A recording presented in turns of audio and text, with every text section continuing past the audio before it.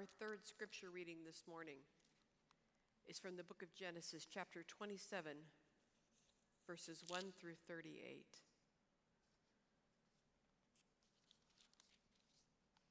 When Isaac was old and his eyes were so weak that he could no longer see, he called for Esau, his older son, and said to him, "My son." "Here I am," he answered. Isaac said, "I am now an old man and don't know the day of my death. Now then, get your equipment, your quiver and bow, and go out to the open country to hunt some wild game for me. Prepare me the kind of tasty food I like and bring it to me to eat, so that I may give you my blessing before I die." Now Rebekah was listening as Isaac spoke to his son Esau. When Esau left for the open country to hunt game and bring it back, Rebekah said to her son Jacob, "Look, I overheard your father say to your brother Esau, 'Bring me some game and prepare me some tasty food to eat, so that I may give you my blessing in the presence of the Lord before I die.' Now, my son, listen carefully and do what I tell you. Go out to the flock and bring me 2 choice young goats, so I can prepare some tasty food for your father, just the way he likes it. Then take it to your father to eat, so that he may give you his blessing before he dies." Jacob said to Rebekah, his mother, "But my brother Esau is a hairy man, while I have smooth skin. What if my father touches me? I would appear to be tricking him and would bring down a curse on myself rather than a blessing." His mother said to him, "My son, let the curse fall on me. Just do what I say. Go and get them for me." So he went and got them and brought them to his mother, and she prepared some tasty food, just the way his father liked it. Then Rebekah took the best clothes of Esau, her older son, which she had in the house, and put them on her younger son Jacob. She also covered his hands and the smooth part of his neck with the goat skins. Then she handed her son Jacob the tasty food and the bread she had made. He went to his father and said, "My father." "Yes, my son," he answered. "Who is it?" Jacob said to his father, "I am Esau, your firstborn. I have done as you told me. Please sit up and eat some of my game, so that you may give me your blessing." Isaac asked his son, "How did you find it so quickly, my son?" "The Lord your God gave me success," he replied. Then Isaac said to Jacob, "Come nearer so I can touch you, my son, to know whether you really are my son Esau or not." Jacob went close to his father Isaac, who touched him and said, "The voice is the voice of Jacob, but the hands are the hands of Esau." He did not recognize him, for his hands were hairy like those of his brother Esau. So he proceeded to bless him. "Are you really my son Esau?" he asked. "I am," he replied. Then he said, "My son, bring me some of your game to eat, so that I may give you my blessing." Jacob brought it to him, and he ate, and he brought some wine, and he drank. Then his father Isaac said to him, "Come here, my son, and kiss me." So he went to him and kissed him.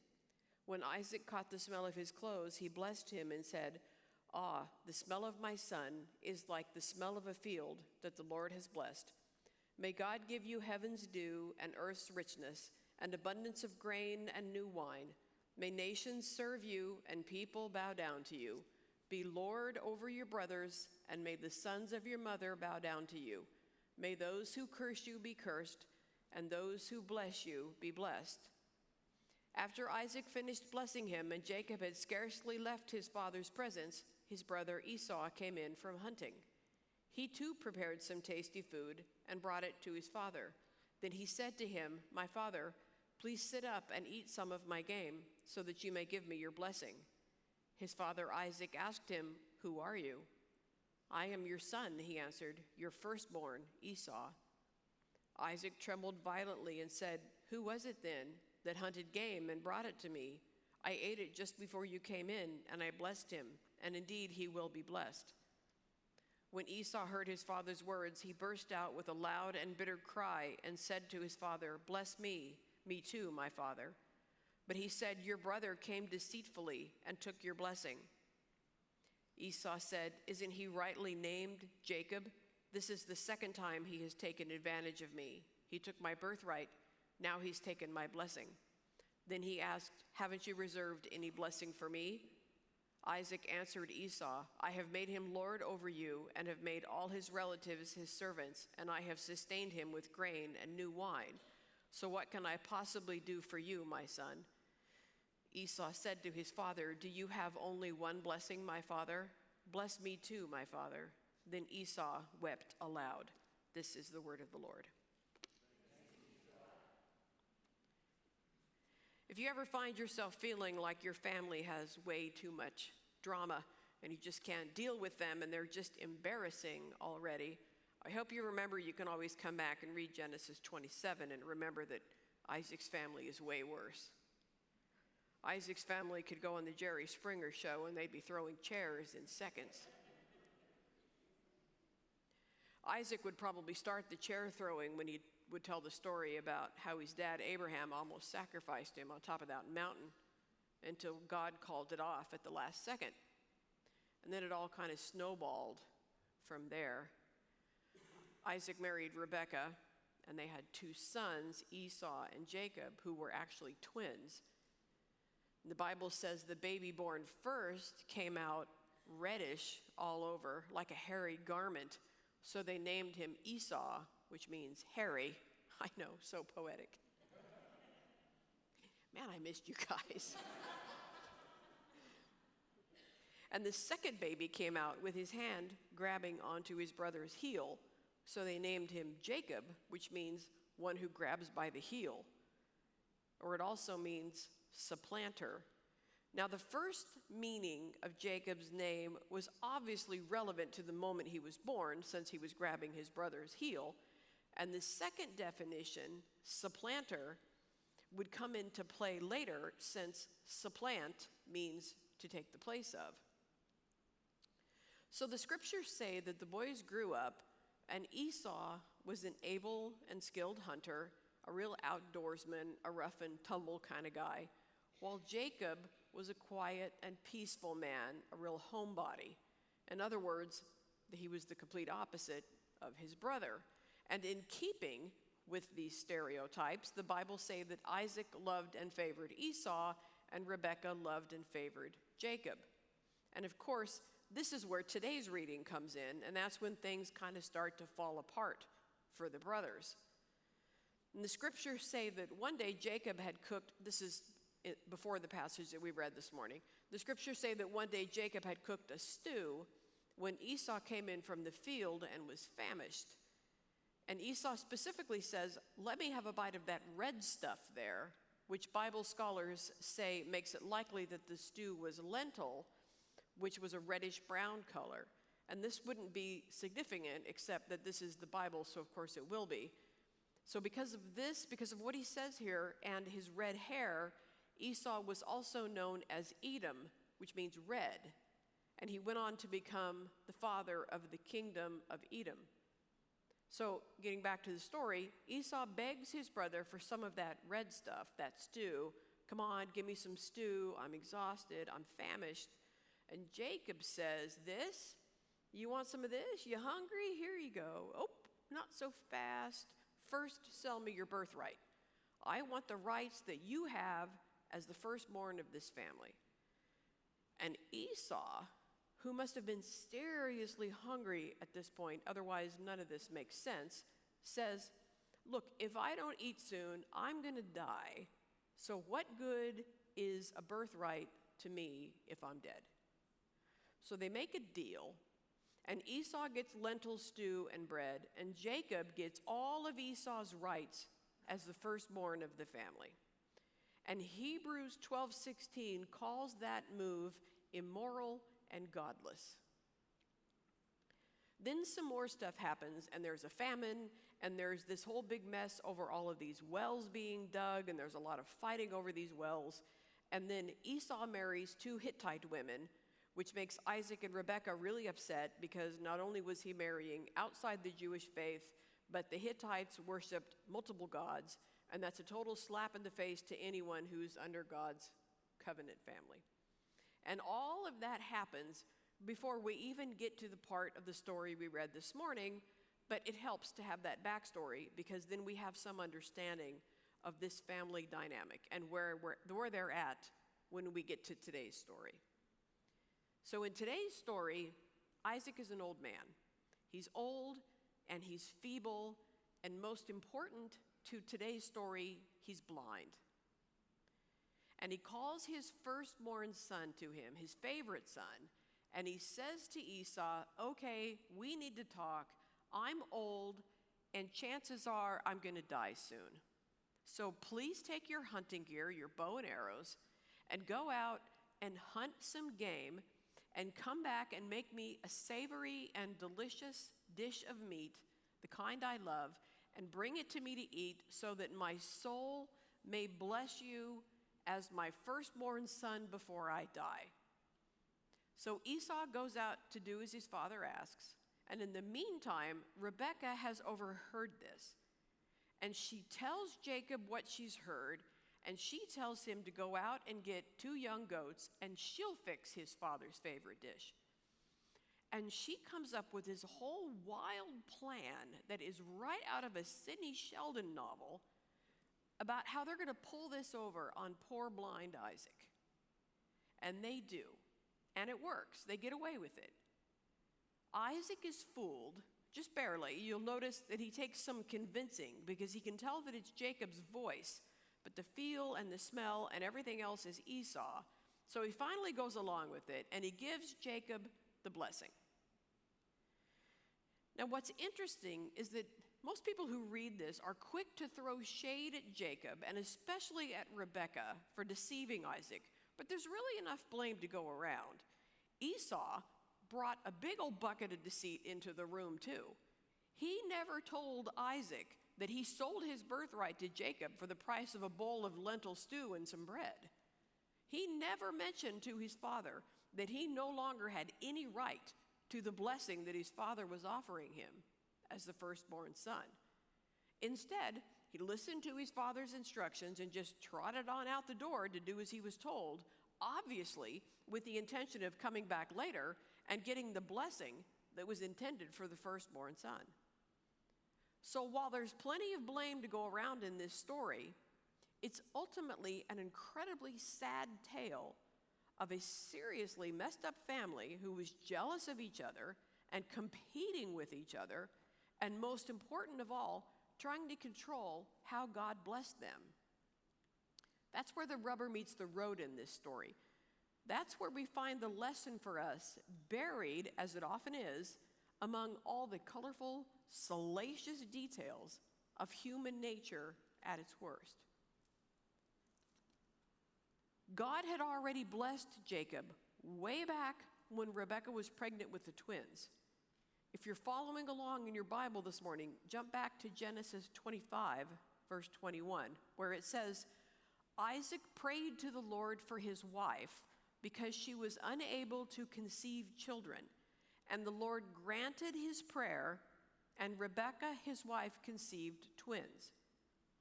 But the children struggled within her. They were kicking and shoving each other inside her, which had to be great fun for her. And she said, if it is so that the Lord has heard our prayer, why then am I this way?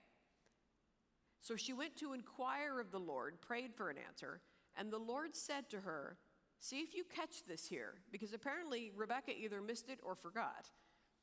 The founders of 2 nations are in your womb, and the separations of 2 nations has begun in your body. The one people shall be stronger than the other, and the older shall serve the younger. The older shall serve the younger. Jacob was the second-born twin. God had already decreed that Jacob would rule over Esau. There was no need for Jacob to steal Esau's birthright, although we don't know if Jacob knew that. But we do know that Rebekah knew. So there was no reason for her to help Jacob go to such lengths to steal Esau's blessing from Isaac. She knew God's blessing was coming to her son, but she still tried to manipulate the situation. Why? We don't know. Maybe she didn't believe it would really happen. Maybe she thought God would forget. Maybe she wanted it to happen faster. We don't know. But we do know the feeling, don't we? We might not want to admit it, but we do. We know God blesses us. We know God will bless us. But sometimes maybe we want to give God a little nudge. We clear our throats a little. We get impatient. We know that God will bless us. We know that God will answer our prayers. But we're not so good at letting go of the old steering wheel. So we still try to influence things a little bit. And that's what Rebekah did. And everything went off the rails. God had told Rebekah before Esau and Jacob were even born that the younger son would have precedence over the older son. But he had not told her to make sure that it happened. And the results of her deception were family strife and the loss of her younger son. Now, we have no proof that Jacob knew of God's promise to his mother before his birth, so we can let him off that particular hook in this story. But he still participated in the deception of his father to steal the blessing meant for Esau. Now, Jacob might have felt justified in his deceit since Esau had already sold him his birthright. Esau had obviously demonstrated his contempt for the position of firstborn son, which was his by right, while Jacob wanted it and valued it. That part isn't hard for us to understand, I don't think. There are always things that we want that we don't have, but we feel like we deserve. And it's especially irritating when somebody else has it and they don't seem to care about it. But no matter how much we feel like we deserve something because we want it more, however much we feel like we deserve it, it doesn't justify deceit and trickery. We can't second guess God's plan and God's timing. We know in our hearts that God's timing is always perfect, but that doesn't mean we always find it easy to wait. But it's so important that we learn that waiting on God's timing is the best thing we can do for ourselves. Jacob and Esau stand in contrast to each other from the very beginning. Esau disregarded God's law. He married women outside of Israel, and he didn't respect his birthright. It was part of God's providential plan that Esau be excluded from the line that would lead to Christ. Instead, God chose Jacob, who was flawed yet faithful, to carry on God's promise to Isaac and Abraham. So while it looks at first reading as though Rebekah went to a lot of trouble to try and manipulate the situation to get it to work out the way she wanted it to in Jacob's favor, she may have fooled Isaac, but she didn't fool God. The blessing Isaac gave Jacob was intended for Jacob all along. In chapter 27, verse 29, chapter 27, verse 29, right in the middle of the blessing Isaac is giving Jacob, he said, "May peoples serve you and nations bow down to you. Be Lord and master over your brothers." This is what God had told Rebekah would be Jacob's blessing, not Esau's. Are you confused yet? Is it time to start throwing chairs? My point is this. It looks to us as though if Rebekah hadn't intervened, Esau would have gotten the blessing that God had promised to Jacob. But do we really believe that God would have let that happen? Of course not. But we don't know what would have happened because Rebekah took matters into her own hands and suffered a fallout she wasn't expecting. She had to send Jacob away to escape Esau's murderous rage over what had transpired, and the brothers were estranged for years. Rebekah's family was torn apart by her actions because she didn't wait on God. God's blessings in our lives are intricately connected to God's timing in our lives. Jacob isn't entirely innocent in this story either, but Jacob was faithful to God despite his flaws, and God used him to carry out God's divine plan. Now let's talk about God's divine plan here. Now let's talk about how nobody can rush God's timing or God's blessings, because this is the really amazing part of this story. God had a plan to bring the Messiah to earth, and Jacob was part of that plan, but it took a long time for it to all come together. Check this out. This is amazing. Are you ready? Okay. This is amazing.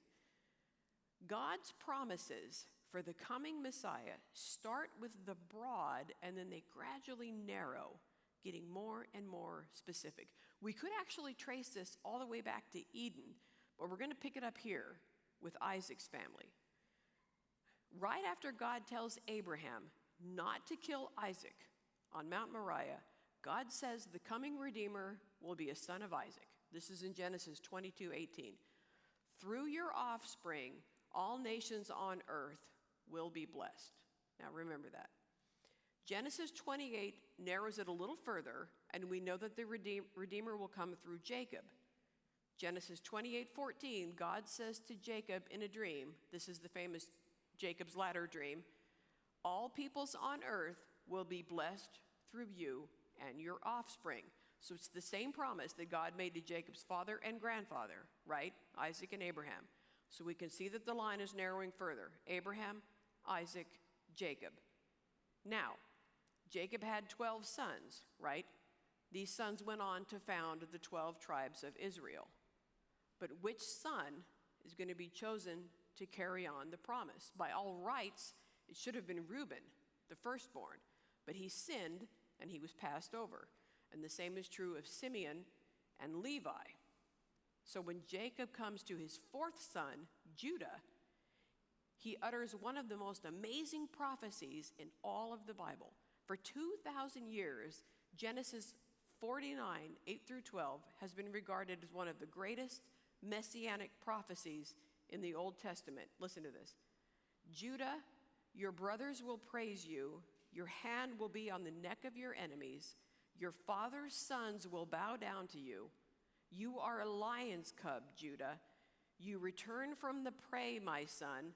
Like a lion, he crouches and lies down. Like a lioness, who dares to rouse him? The scepter will not depart from Judah, nor the ruler's staff from between his feet, until he to whom it belongs shall come, and the obedience of the nations shall be his. He will tether his donkey to a vine, his colt to the choicest branch. He will wash his garments in wine, his robes in the blood of grapes. His eyes will be darker than wine, his teeth whiter than milk. Keep in mind, one of the names for Jesus is Lion of the tribe of Judah. Although Jacob was old and dying when he said these words, with eyes of faith, he saw a day when the tribe of Judah would take leadership in Israel. Now the prophecies about the Messiah are starting to narrow even further when God says he will be a descendant of David. Now we know that after he rejected Saul as king, God chose the youngest son of Jesse, a shepherd boy named David. And David, as we know, eventually becomes the king of Israel. And in time, he came to be considered Israel's greatest and most beloved king. And at the height of his career, God made an amazing promise to David. This is in 2 Samuel. The Lord himself will establish a house for you. I will raise up your offspring to succeed you. Your house and your kingdom will endure forever before me. Your throne will be established forever. Now, this is the most specific promise so far. Not only will the Redeemer come from the line of David, he will rule over David's kingdom and will reign upon David's throne forever. There's the key word. So these sweeping promises here go beyond just the human rulers who followed David: Solomon, Hezekiah, Josiah. These were righteous, godly men, but they're human, so they can't reign from David's throne forever. Mortal men can't fulfill this promise. This promise demands a ruler who will live forever. So what person can fulfill this requirement? Even David couldn't have imagined the answer to this. So now the promise has gotten real specific. Are you with me so far? So we've moved from a member of the human race to a descendant of Abraham, to a descendant of Isaac, to a descendant of Jacob, to Judah, to the tribe of Judah, to David, to descendants of David, and ultimately to someone who can reign forever. So who can the Redeemer be? Where will he come from? And how will we recognize him? Now, see, we're starting to get real specific. Now, the next two promises start to answer those questions. The Redeemer will be born of a virgin. Okay, now we're getting somewhere. So time rolls on, and the people of God wait for many years until the days of King Ahaz, when God once again narrows the line even more and specifies how the deliverer will enter the world. Isaiah 7 verse 14, the Lord himself will give you a sign. The virgin will be with child and will give birth to a son and will call his name Emmanuel. Now we're cooking with gas. Now we know the Messiah will in fact be a member of the human race, but the way he shows up will signal that he's no ordinary person. In the fact of the virgin birth, we have a hint of the Messiah's true identity: fully God, miraculously born of a virgin, and fully man, born of a human woman. Then we find out where he will be born: in Bethlehem. Of all the cities and villages of Israel, he will be born in Bethlehem, a tiny city in Judea. This is from Micah chapter 5, verse 2. But you, Bethlehem Ephrathah, though you are small among the clans of Judah, out of you will come for me one who will be the ruler over Israel, whose origins are of old, from ancient times. Now, when all of these prophecies are taken together, we have an amazing portrait of the Messiah. He will be a Jew. He will come from the tribe of Judah. He will be a descendant of David. He will be born in Bethlehem, and he will be born of a virgin. So who would fit all of these qualifications? Many people could fit the first one, fewer the second, fewer still the third, very few the fourth, but only one person in history has ever met the fifth qualification, and his name is Jesus Christ. Whoop, there it is. We got it. How cool is that? Now, let's make a big loop all the way back around to our boy Jacob. Where does Jacob fit into all of this? Well, he fits in at 4 specific points. He's the fifth link in the chain. He's the son of Isaac and the father of Judah. He's mentioned in the genealogies of both Matthew 1 and Luke 3. He foretold that the Messiah would come from the tribe of Judah, as we just read, and he gave his name to the nation of Israel. Now that last point needs some explanation. Jacob had 2 names: Jacob, which we just heard that his parents gave him when he was born, and Israel, which God gave him later. After his death, the nation eventually called itself Israel in his honor, looking to him as its founding father. But later in the Old Testament, God often referred to the nation of Israel as the house of Jacob. And when the angel Gabriel appeared to Mary to announce that she had been chosen by God to give birth to the Messiah, these were the words used to describe what the Messiah would accomplish. And he will reign over the house of Jacob forever. Okay, this has been kind of an intense crash course in genealogy this morning. You can tell when I have a lot on my mind because I go really deep into sermon prep. But now I want to bring us back to where we started. When Jacob was still in the womb, God blessed him. He hadn't even been born yet, and God blessed him as the founder of a nation. And no matter what trickery he and his mother tried, no matter how much they tried to pull a fast one on Isaac and on God to get their way, nothing could rush the ultimate blessing that came out of God's plan for Jacob, which led to the ultimate blessing for the world forever the birth of the Messiah. God's blessings come in all shapes and sizes, but they are always delivered on God's timing, not ours. The best thing we can learn from the story of Jacob is to wait on God's timing, because it's always perfect, and God's blessings will abound. May it be so. Amen.